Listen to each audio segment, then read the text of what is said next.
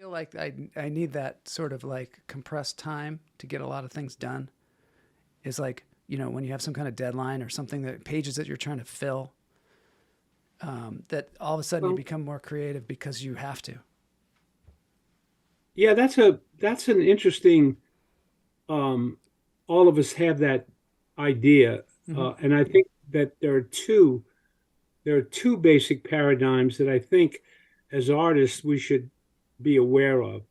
When we watch movies a lot, we always see the artist, the writer, whatever, the painter, like within a weekend, smoke comes out of their ears and they're painting feverishly Yeah. and they do a masterpiece or something. Yeah. Yeah. And so everybody thinks, yeah, I need that. I need to have a weekend or a Hmm. week and I can just go down into my basement and I'll, take Dex or something, cocaine, and I'll flourish.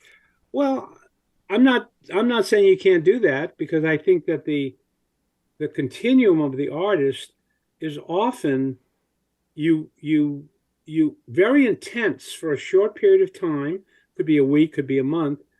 Like Faulkner wrote "As I Lay Dying" in a week while he was had a job shoveling coal in the furnace in the basement of a big apartment building, and Wow. he wrote "As I Lay Dying" on an upturned wheelbarrow. That was You're his desk. kidding me. No, Really? no, but I mean, a lot of writers have Wow. written something in a burst. Yeah.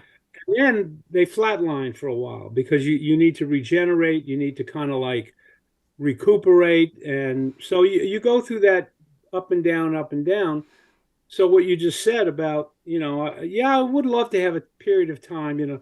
Well, the fact of the matter is most of us who have jobs and have to live a normal life Yeah. and are not going to be shoveling coal, we want to make money and support our family and all that. Yeah. We're never going to have that.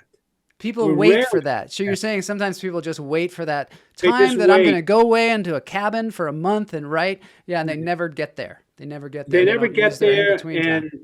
and the other thing they wait for is inspiration, Hmm. which to me is for the amateur. The amateur waits for inspiration. When I had to go to work in Second City or go to work in a theater, or do comedy when you got to do stand-up comedy, Hmm. and there's 8 people in the club, it's an off night, and you're not feeling well. You just soon be home watching a movie. You're not inspired. You're not Right. inspired. You're the opposite of inspired. Yeah. You flatlined, Yeah. and you're going to go through the motions, and something happens on that awful night, and you do some of the best work you ever did. Hmm.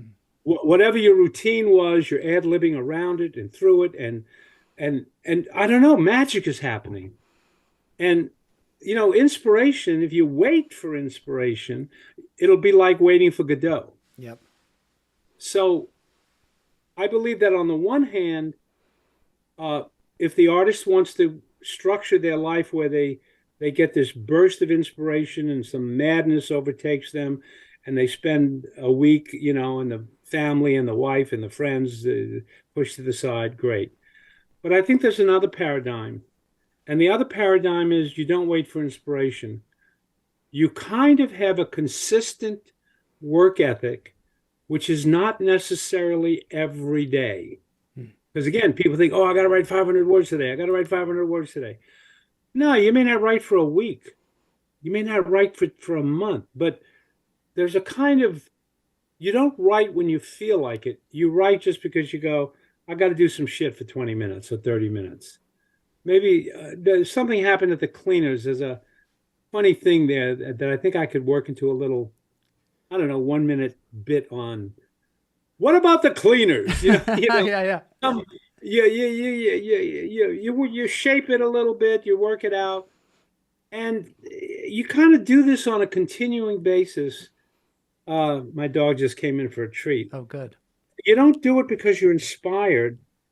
You do it just because you're a working stiff.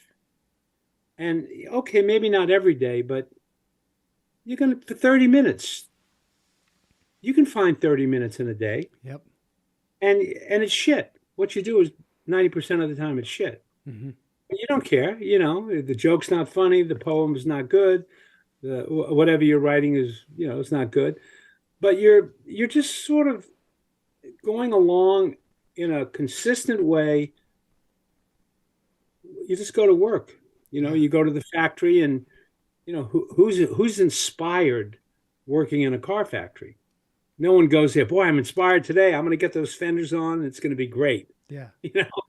Oh, I got this idea for fenders. No, you don't. The fenders is all you got to do is rivet it in next, rivet it in next. So you have this consistent idea that you don't need to be inspired. You don't have to have an idea.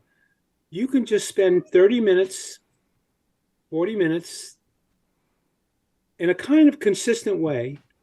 Doesn't even have to be 8 hours a day. And you produce a little bit at a time as you go. And maybe you don't do it for 3 days, but you do it not because you're inspired, but because it's your job.